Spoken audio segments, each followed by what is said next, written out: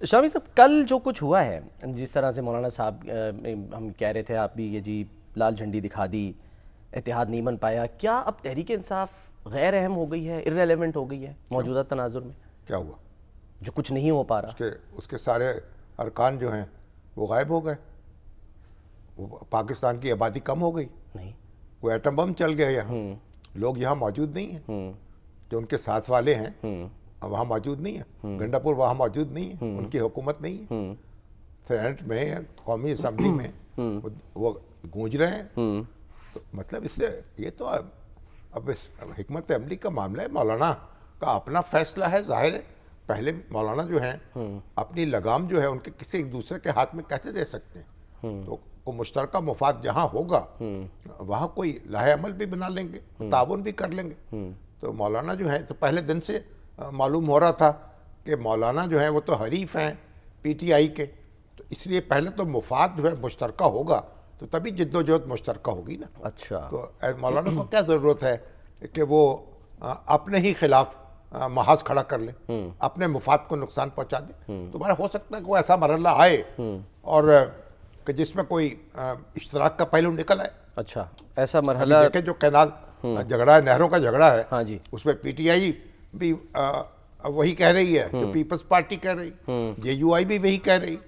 بلکہ وہ جو پی ٹی آئی کی تو پوری کوشش ہے کہ نہروں کے معاملے میں یہ ان کا کولیشن ٹوٹ جائے.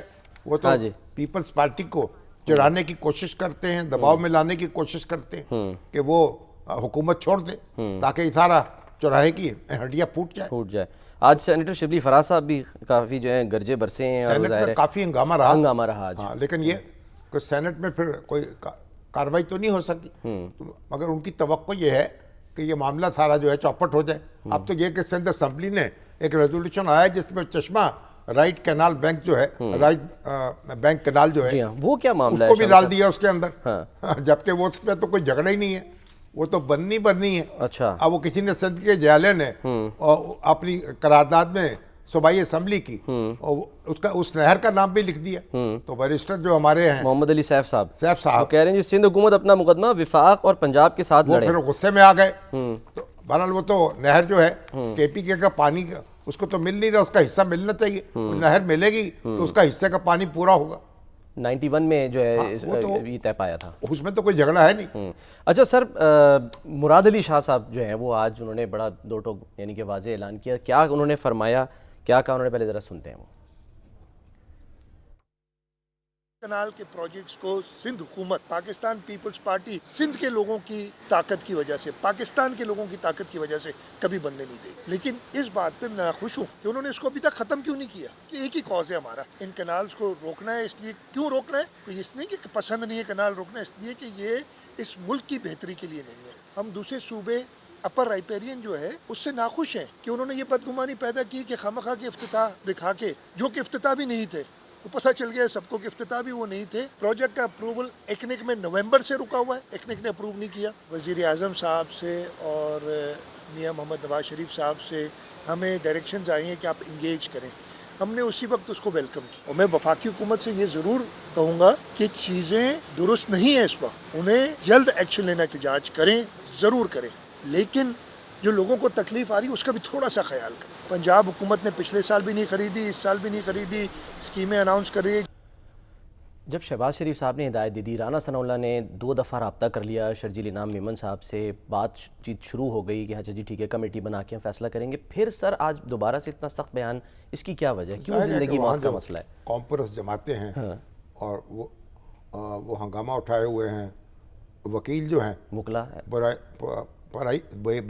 کیا کہتے ہیں، بیگانے کی شادی میں عبداللہ دیوانہ، بیگانی شادی میں عبداللہ دیوانہ. اب وکیلوں کا کیا تعلق ہے اس بات سے کہ نہر بن رہی ہے کہ نہیں بن رہی؟ سائلین پریشان ہو رہے ہیں، مقدمے لڑیں، وہ لوگوں کو وہیں چھوڑ کے دھرنا دے کے بیٹھے ہوئے ہیں. تو اس سے دیکھیں ایک جذباتی فضا پیدا ہو گئی ہے. تو پیپلز پارٹی جو ہے وہ بھی ظاہر ہے کہ جذبات سے کھیل رہی ہے.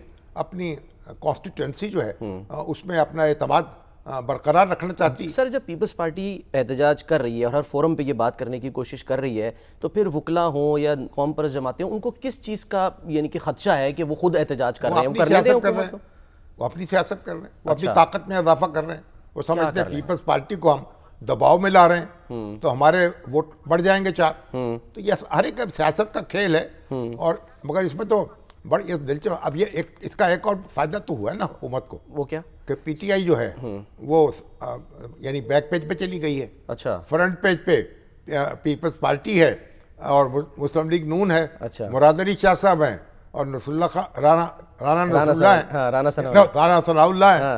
اور پھر وہ ہمارے شرجیل میمن ہیں یا عظمت بخاری ہیں. تو وہ اب یہ ڈومینیٹ کر رہے ہیں. تو باتیں پی ٹی آئی کے معاملات جو ہیں وہ پیچھے رہ گئے ہیں. شرجیل انعام میمن صاحب اس نہری پانی کے مسئلے کو لے کر فرماتے ہیں کہ جی کچھ اسپوائلرز ہیں, کچھ لوگ ہیں اسپوائلرز ہیں جو کہ اس مسئلے کو حل نہیں ہونے دینا چاہتے. وہ کیا کہہ رہے ہیں ذرا وہ سنتے ہیں.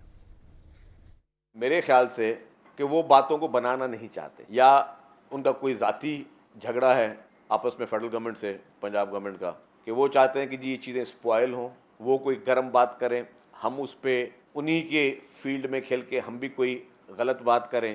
وہ چاہتے ہیں کہ جی ایسے پیپلز پارٹی یا پی ایم ایل این میں اس حد تک حالات خراب ہوں کہ باتیں کہیں اور نیچ پہ جائیں. تو میں چاہتا ہوں, اپیل کروں گا پرائم منسٹر صاحب سے, اور میں اپیل کروں گا میاں نواز شریف صاحب سے, میں ان دونوں لیڈران سے اپیل کروں گا کہ جو آپ کی ہیں باقی یہ کچھ اسپوائلرز, ان کو بڑے مؤدبانہ الفاظ میں ان کو سمجھائیں. اور اگر یہی روش رہی اور پھر ہماری طرف سے بھی اگر شعلہ بیانیاں ہوئیں تو باتیں بنیں گی نہیں. ہماری یہ التجا ہوگی, ہماری یہ گزارش ہوگی تمام پولیٹیکل پارٹیز سے یا باقی جتنی بھی آرگنائزیشنز احتجاج کر رہی ہیں کہ برائے مہربانی روڈوں کو بلاک نہ کریں, سڑکوں کو بلاک نہ کریں.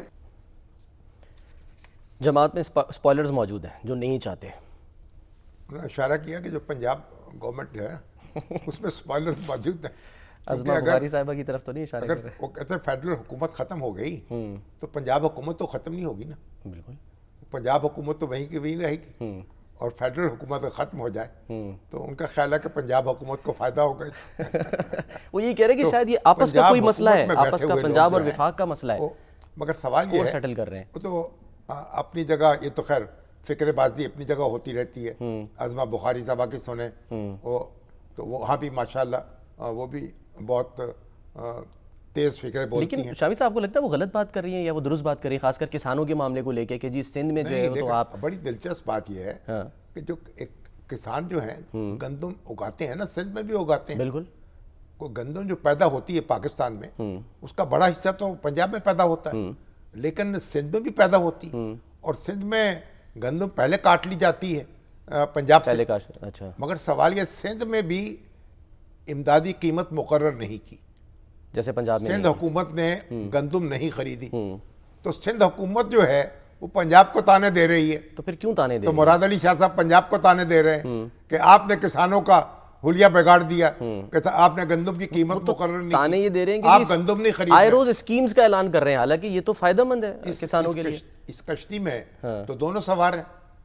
تو مراد علی شاہ صاحب نے خود بھی یہی کام کیا, لیکن وہاں کیونکہ کسان جو ہے وہ دیہی علاقہ زیادہ ہے اور بڑے بڑے زمیندار زیادہ ہیں, تو میرا خیال اس لیے وہاں کوئی اس طرح کا ہنگامہ نہیں ہے جس طرح پنجاب میں ہے.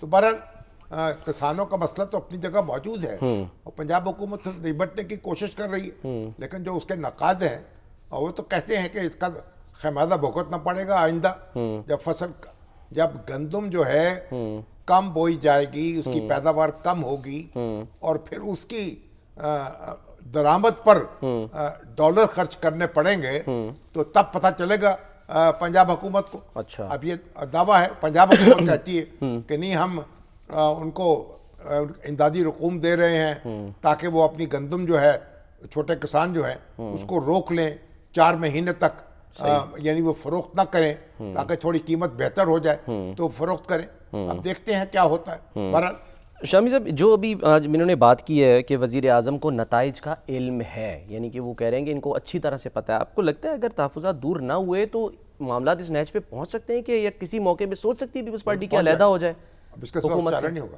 اچھا. پیپلز پارٹی وگرنہ تو منہ دکھانے کے قابل نہیں رہے گی نا. جو پیپلز پارٹی نے خود جس سطح پہ پہنچا دی ہیں جذبات معاملات, اور پیپلز پارٹی نے جس طرح کمٹمنٹ کی ہے تو اس کو حکومت تو چھوڑنی پڑے گی, حکومت برقرار نہیں رہ سکے گی. اور جب حکومت برقرار نہیں رہے گی تو پھر